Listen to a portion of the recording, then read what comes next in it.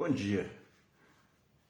Hoje eu quero falar um pouco sobre as minorias, sobre o discurso que o Lula fez ontem, dizendo que toda vez que ele vai discutir investimento social, vai falar sobre saúde, sobre educação, que sempre aparece algum economista dizendo que tem que ver o controle fiscal, o controle monetário, enfim.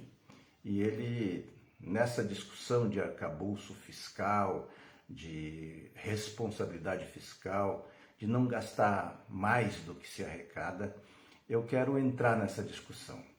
Hoje vou falar de forma genérica sobre os gastos sociais, sobre os investimentos sociais, mas eu quero chamar a atenção de vocês que são candidatos, vocês que vão pedir voto para quem é pobre, para a maioria da população brasileira, que vocês têm que se atentar para algumas coisas. Ou melhor, eu quero falar com você que é pobre, você que depende da política, você que não entende a política, você precisa se orientar nesse discurso.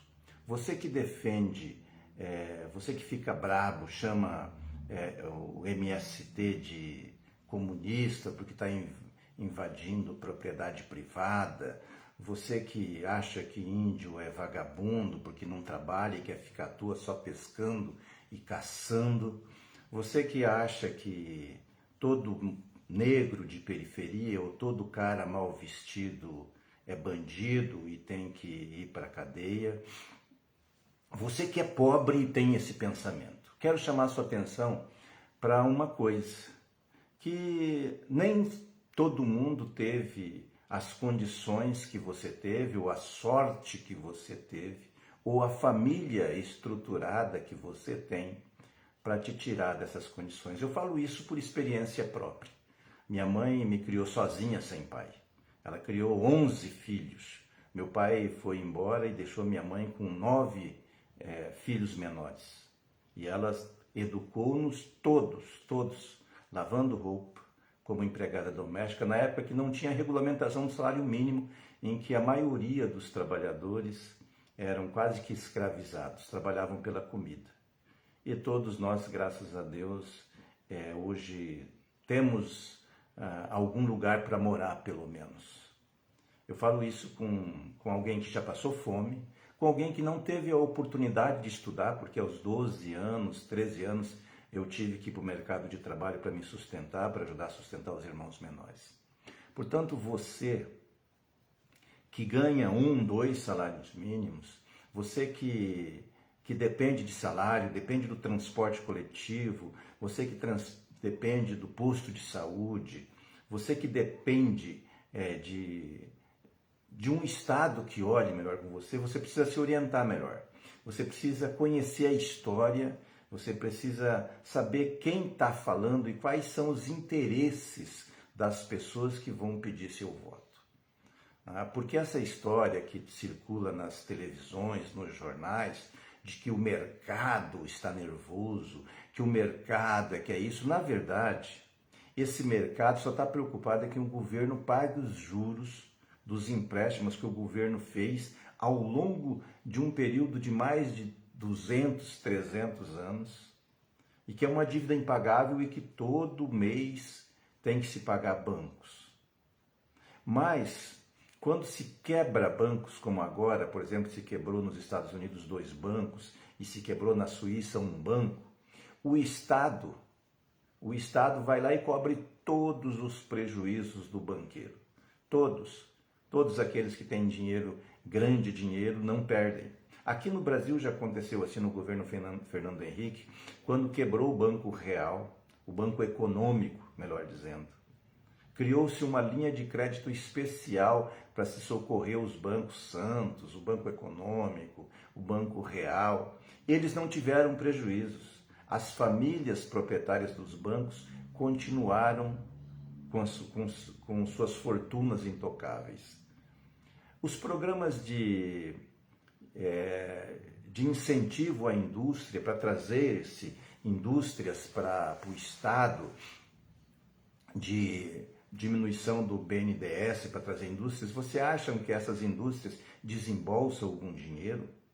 Não, normalmente tudo é financiado pelo Estado. O terreno e a infraestrutura é dada pelo município com contrapartida do Estado, abrindo mão de ICMS, a prefeitura abre mão de impostos, a União investe dinheiro, os bancos estatais põem dinheiro, o proprietário da empresa não põe absolutamente nada.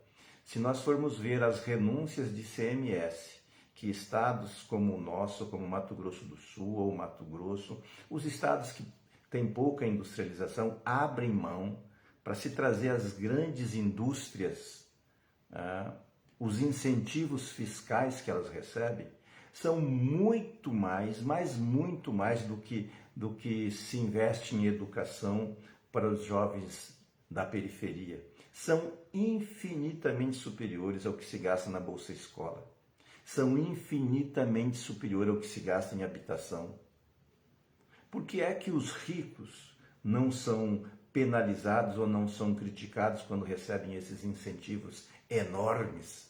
E quando se pensa em programas sociais, são vagabundos, enfim, vocês sabem tudo bem de como foi chamado e de como é chamado os programas sociais. Agora, depois da pandemia, depois do Bolsonaro, ficou meio que cult, meio que na moda defender programas sociais.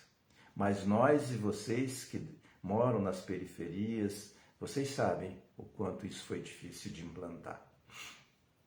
Portanto, você que não gosta de política, você que acha que política é só para quem tem dinheiro, não é verdade.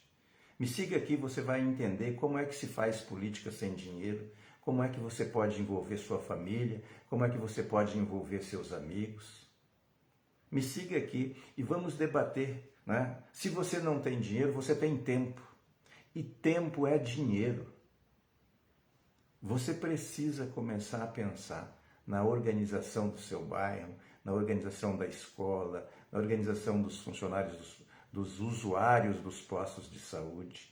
Você precisa levar isso à frente, certo? Me acompanhe nas redes sociais e vamos debater. Acompanhe minhas lives, vamos discutir como é que a gente pode gradativamente ir crescendo. Mas essa semana eu quero falar, amanhã vamos falar um pouco sobre a ocupação dos brancos no Brasil e sobre as terras indígenas e a necessidade de demarcar terras indígenas. Depois vamos falar um pouco do escravismo do Brasil, de por que é que nós temos esse sentimento escravista, por que é que nós somos racistas e somos racistas. O primeiro passo para a gente combater o racismo é admitir que nós somos racistas. Assim como nós, a maioria, 99,9% dos homens da América Latina são machistas. E o primeiro passo para entender as mulheres, para entender a luta das mulheres, não é entender, não é saber como as mulheres agem, é ser solidários à luta delas e entender que nós somos machistas. Assim como a luta dos LGBTQIA+, o preconceito, a homofobia, né? Nós temos que ser solidários, nós temos que amar, nós temos que gostar, nós temos que apoiar as minorias, as pessoas que precisam do apoio para sobreviver nesse mundo, tá certo? Então essa semana eu quero abordar esses assuntos e convido você a acompanhar amanhã cedo. Eu vou falar sobre as questões indígenas. Um beijo e um abraço para você.